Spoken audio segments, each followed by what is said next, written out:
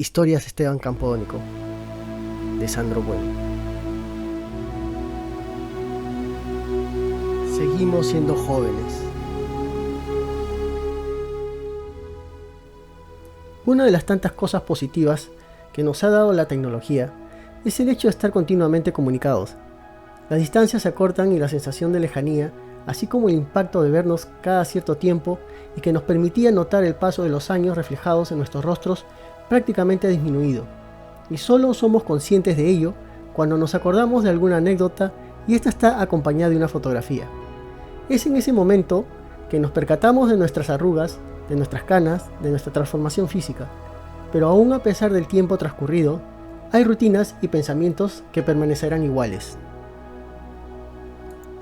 No quiero decir que sea esto bueno o malo, pero aconteció que había llegado el momento de una nueva elección presidencial.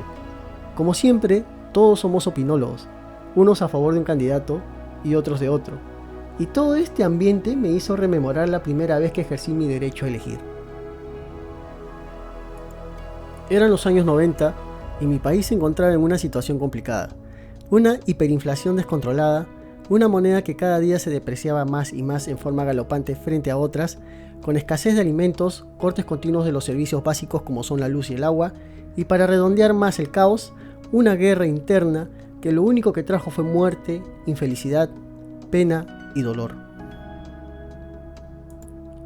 Estas elecciones eran cruciales. Yo era de los mayores del grupo, así que sería uno de los pocos que aquel día depositaría su voto en el ánfora.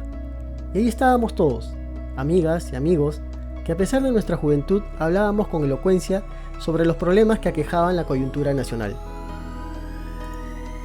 Y lo digo así porque en ese momento, y en este también, alucinábamos sin aliciente alguno que éramos grandes pensadores, que comprendíamos con total claridad los acontecimientos y cuál era la solución a todos los problemas con los cuales teníamos que lidiar día tras día.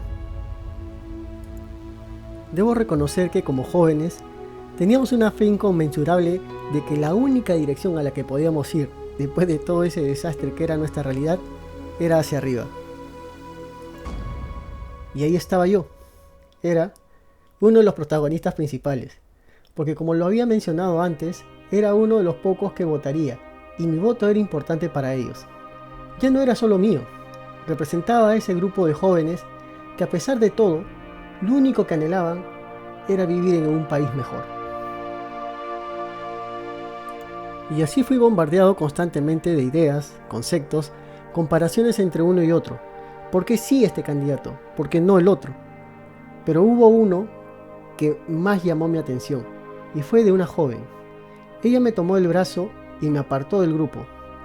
En aquella oportunidad y cerca del día de las elecciones, sobresalían dos candidatos. Uno tenía apellido de origen castellano, a quien llamaré A, y el otro de origen asiático, a quien llamaré B.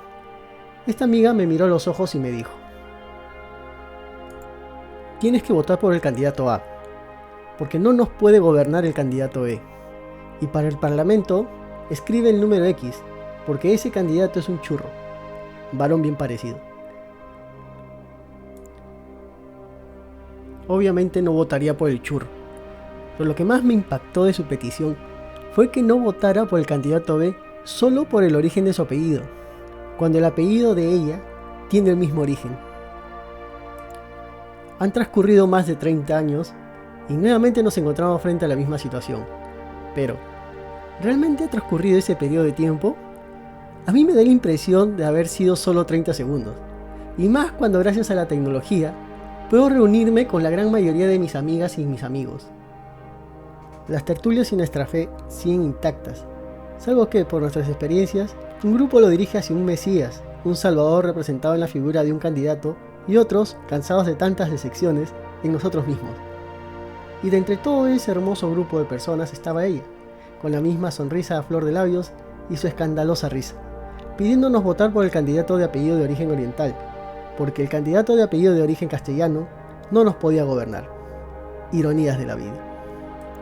Debo decir con total sinceridad que al escribir estas últimas líneas me encuentro profundamente emocionado, porque han pasado más de 3 décadas de aquella primera vez y me doy cuenta que aún seguimos siendo jóvenes.